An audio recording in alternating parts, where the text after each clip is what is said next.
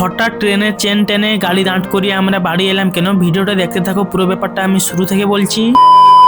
Hello বন্ধুরা, তোমরা সবাই কেমন আছো? আশা করছি সকলে ভালো আছো এবং সুস্থ আছো। আমিও তোমাদের আশীর্বাদে অনেক ভালো আছি। তোমাদের আগের ব্লগে বলেছিলাম আমরা যখন হিসাব করতে বসেছিলাম আমাদের মাথা পুরো খারাপ হয়ে গেছিল। আমরা তো কোনো রকম ভাবে হিসাব মিলাতে পারছিলাম না। ব্যাপারটা হয়েছে কি, আমরা বাড়ি থেকে যত টাকা এনেছিলাম সব খরচ করে পেরেছিলাম, তারও এক্সট্রা 1000 টাকা করে নিয়েছিলাম, কিন্তু আমাদের কাছে এখন 1 টাকাও নেই। তো সবাই যে যার বন্ধুকে ফোন করে টাকা ম্যানেজ করে তারপর রুম চেক আউট করে রুম থেকে বেরিয়ে পড়ি। ট্রেনের সময় हो गया था, তাই জলদি করে উঠি পড়ি তিনি उठे पड़े गया था।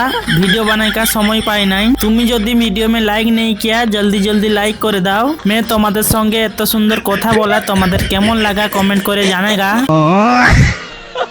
ট্রেনে অনেক পরিমাণ ভিড় ছিল। আমরা দুজন সামনে বসেছিলাম আর বাকিরা পিছনে বসেছিল। 6 ঘন্টা জার্নি করার পর আমরা জলেশ্বর পার হয়ে যাই। সেই সকালবেলায় খেয়ে বেরিয়েছিলাম আর গাড়িতে তেমন কিছু খাইনি। আমাদের সবাইকে খিদা লেগেছিল অনেক জোরে। কথাই আছে না, যেখানে বাঘের বই সেখানেই সন্ধ্যা হয়। তো দাঁতন স্টেশন পৌঁছাতে আর 2 কিলোমিটার বাকি ছিল, কিন্তু আমাদের ট্রেনের সিগন্যালটা ছিল না। 10-15 মিনিট গাড়ি এইভাবে দাঁড়িয়ে থাকে। আমরাও আর কোনো উপায় না পেয়ে সেখান থেকে নেমে হেঁটে স্টেশনে চলে আসি। তো তোমাদের হালকা করে একটু মিথ্যা কথা বলছিলাম যাতে তোমরা ভিডিওটা দেখো শেষ অবধি। তো আমরা কোনো ট্রেনের চেন টানিনি, এটা সিগন্যালের প্রবলেম ছিল। ব্লগটা আজকে এখানেই শেষ করছি। দেখা হচ্ছে পরবর্তী কোনো ব্লগে। সবাই ভালো থাকবে, সুস্থ থাকবে, টাটা। আর যদি এখনো আমাকে ফলো না করে থাকো, একটা ফলো করে আমার ছোট্ট একটা পরিবারের সদস্য হয়ে যাও।